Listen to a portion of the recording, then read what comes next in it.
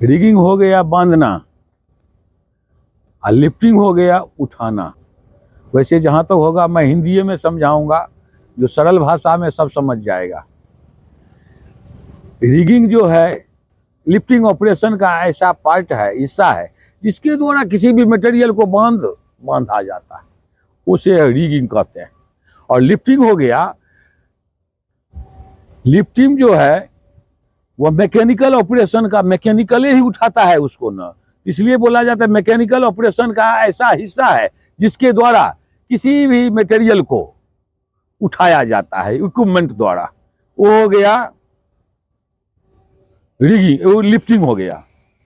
तो हम लोगों का जो काम हो रहा है JSA के आधार पर, जॉब सेफ्टी एनालिसिस के आधार पर, काम सुरक्षा विश्लेषण के आधार पर कोई भी काम करते हैं हम लोग, तो 4 चीजों की जरूरत होती है। पहला हो गया आदमी की जरूरत होती है। आदमी जहां जाता है उसका खतरा साथ साथ जाता है, उसका हरकत साथ साथ चलते रहता है। तो आदमी भी सबसे बड़ा, तो आज चारों चीजों में सबसे अधिक महत्व है आदमी का। क्यों आदमी का इसलिए अधिक महत्व है, जो सब कुछ बनता है, सब कुछ रिपेयरिंग होगा, लेकिन आदमी नुकसान हो जाएगा तो आदमी का भरपाई कोई पूरा नहीं कर पाएगा।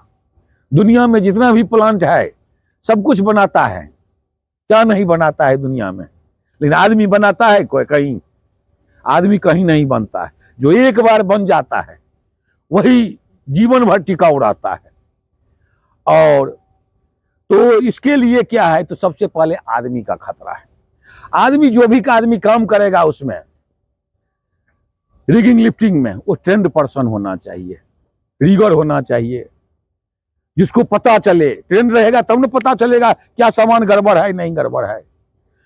उसका ऑपरेटर भी सही होना चाहिए, जो फड़ाना चलाएगा या जो भी इक्विपमेंट चलाएगा, मोबाइल इक्विपमेंट चलाएगा, क्रेन चलाएगा, तो वो ट्रेंड होना चाहिए। उसके लिए क्या होता है, ड्राइवर सही है कि नहीं है। तुम लोगों को वैसे यहाँ तो नहीं कुछ मिलता है, दूसरा जगह देखते थे रिगर है, रिगर का वैलिडेशन सर्टिफिकेट रिलायंस में मिलता है।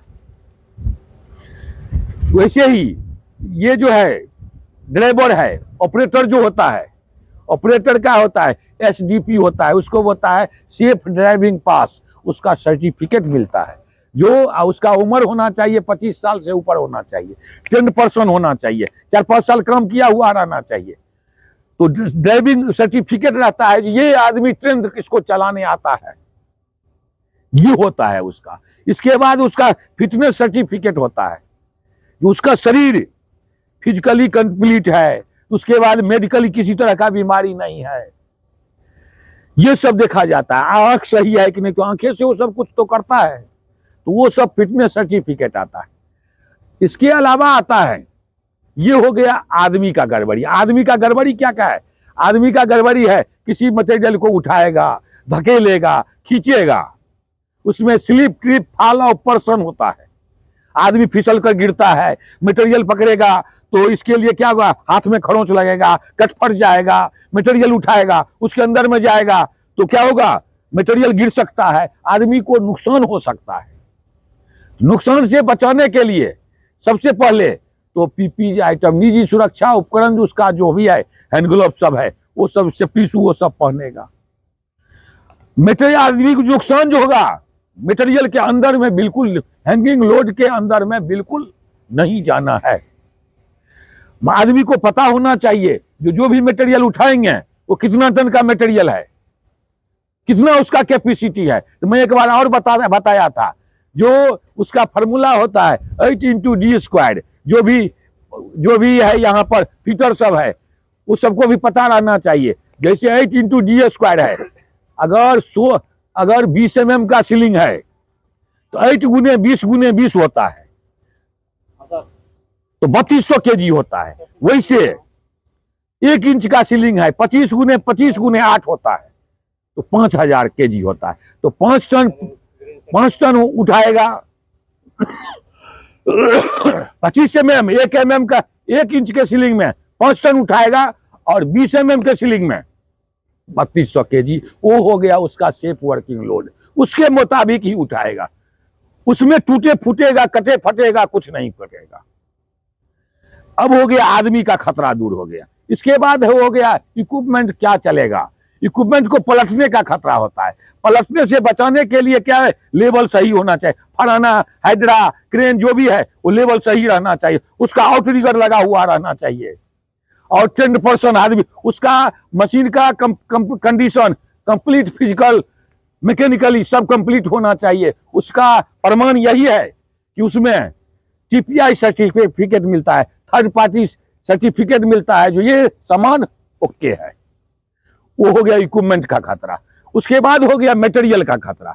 मटेरियल जो है वो सही तरीका से उठाएगा, सही तरीका से बांधेगा, मटेरियल के हैंगिंग लोड के अंदर में नहीं जाएगा, तो क्या होगा, मटेरियल का खतरा रहेगा, कुछ नहीं रहेगा, और ओवरलोडिंग नहीं करेगा। जिसका जो सेफ वर्किंग लोड है, सुरक्षित कार्यभार है, उसके मुताबिक जैसे मैं बताया हूं वैसे अगर उठाएगा तो कुछ भी नुकसान, मटेरियल गिरेगा नहीं। और जिसको जो पता है उसके मुताबिक सीलिंग रिसाइकल जो भी है इक्विपमेंट, उसको सही तरीका से देख लेना जरूरी है। कटा फटा तो नहीं है, वो रिंग जैसे स्प्रिंग जैसा तो नहीं हो गया है, तो उस परिस्थिति में बदल देगा। उसका कलर कोडिंग भी आता है। अभी का कलर कोडिंग क्या है, ब्लू है, 3-3 महीना पर ब्लू लग गया वो एकदम ओके हो गया। तो ये हो गया मटेरियल का खतरा। उसके बाद हो गया जगह का खतरा हो गया। जगह अप डाउन नहीं होना चाहिए। काम करने में उसमें जो भी मटेरियल रखेगा अंदर में स्लीपर दे देगा, बटन दे देगा, बटन दे करके रखेगा। जगह का खतरा है, पलटने से बचाने के लिए लेवल सही रहेगा और ट्रिगर लगा रहेगा। सब कुछ का अंदर में बगल में गड्ढा नहीं रहना चाहिए, लूज मटेरियल नहीं आना, लूज मिट्टी नहीं रहना चाहिए।